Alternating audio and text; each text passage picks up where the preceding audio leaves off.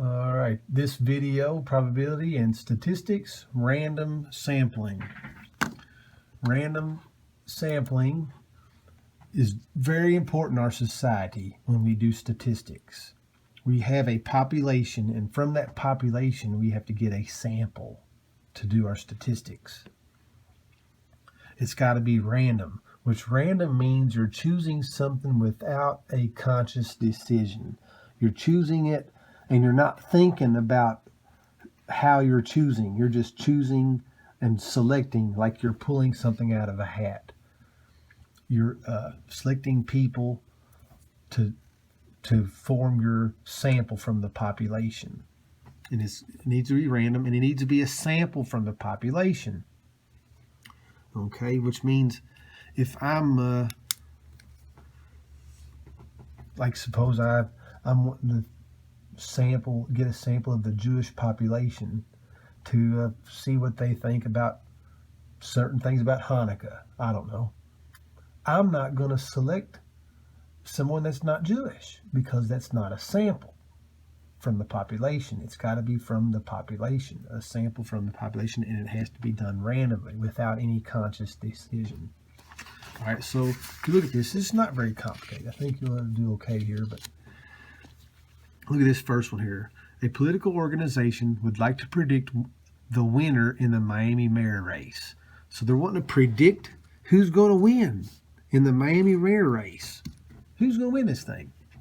All right, well, what about A? Obtain a Miami phone book and call 50 people randomly selected under each letter of the alphabet.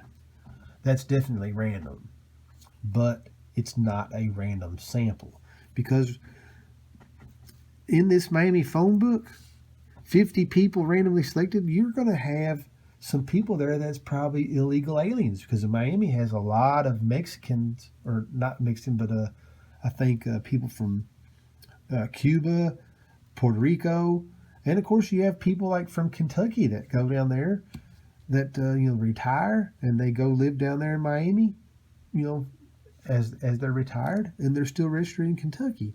So they might be in the phone book, but they're not a good random sample because it's not a good sample. You could have people that's not from the population, and you want people that are going to vote. Look at B. Obtain a list of Miami's residents and call every 10th person on the list.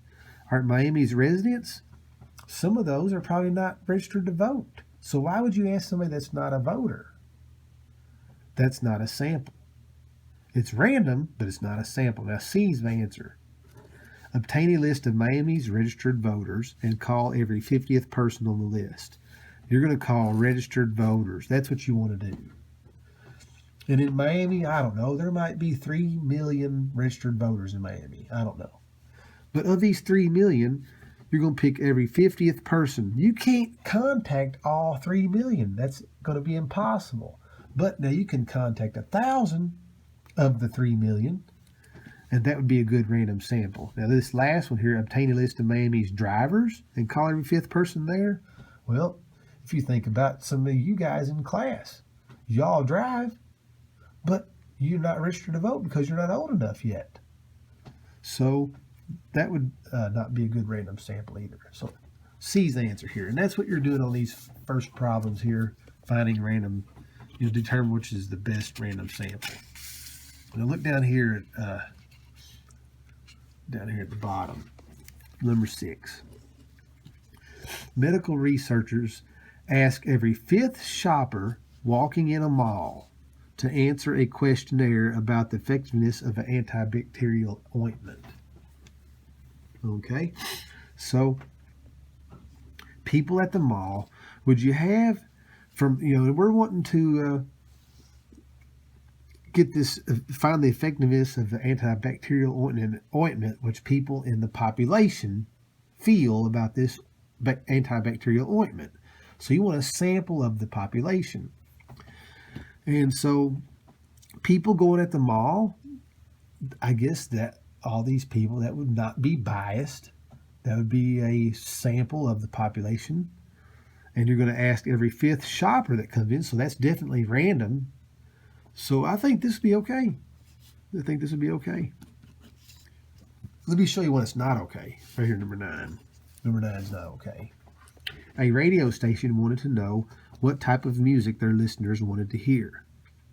They asked listeners to call in to the station and express their opinion.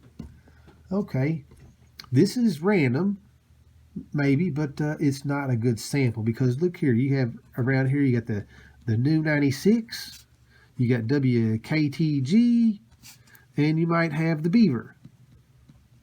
3 different radio stations. Now, what are their people that's going to call in? What are they going to want to listen to? Well, right here, the new 96, they might want to listen to Bruno Mars. They want to listen to, some pop music. Whereas WKTG, that's classic rock. So people are going to call in and hey, I want to listen to classic rock. Whereas the Beaver, hey, I want to listen to country music. So there's bias involved here. So this is not a good random sample. Okay? Not for the whole population. Now, maybe for the listeners of their station, but as far as the population in general, no. Oh, my goodness, I can't separate the two. Here it goes. All right.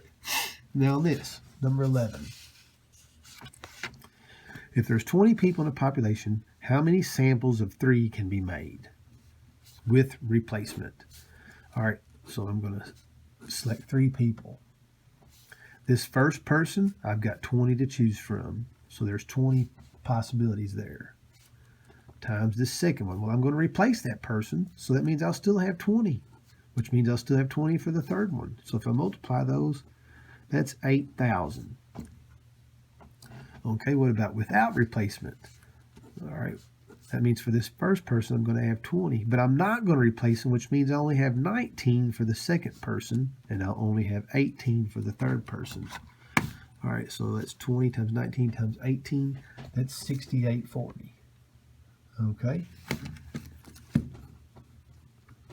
So you can see the difference versus replacement and not replacement. Okay. Now we'll do one more here. Let's go down to number 15.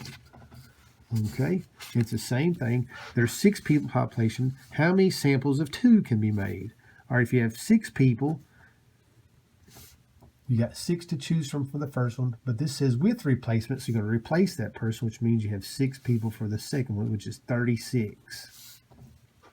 All right, it says list them. All right, so what we'll say is, all right, we got 6 people. We got Alan, Ben, Charlie, Dave, and Eugene, and Frank. Here's my 6 people. Okay? So we want to list all 36 of these. All right, so it means I got to have, all right, Andy with, did I say Alan or Andy? Andy with Ben, Andy with Charlie, Andy with Dave, Andy with Eugene, Andy with Frank. And there's all the different ways I can have Andy, right? Oh, no, I can have Andy with Andy because I am replacing them. So I can have Andy, and then I can have Andy again. All right. Then I can have Ben with Ben. I can have Ben with Andy, Ben with Charlie, Ben with Dave, Ben with Eugene, Ben with Frank. All right. So there's 12 of them. There should be 24 more. So I'll let you guys figure the rest of those out. All right. Then right here it says without replacement. So I'm going to have 6 people for the first choice, but that means I'm not going to replace. All right. So without replacement, I would have 6 choices for the first person. And then that means I'm not replacing them. I only have 5 for the next one, which means that would be 30. So you want to list them. So you're going to do the same thing, kind of like what we did here on the previous one. So I could have, let's see here. I could have Andy with Ben, Andy with Charlie, Andy with Dave, Andy with Eugene, Andy with Frank. Okay, and then there's all the ways I have Andy. And then I could go to Ben. I have Ben with Andy, and Ben with Charlie, and then so on. And I'll let you guys finish those. You should have 30 of them.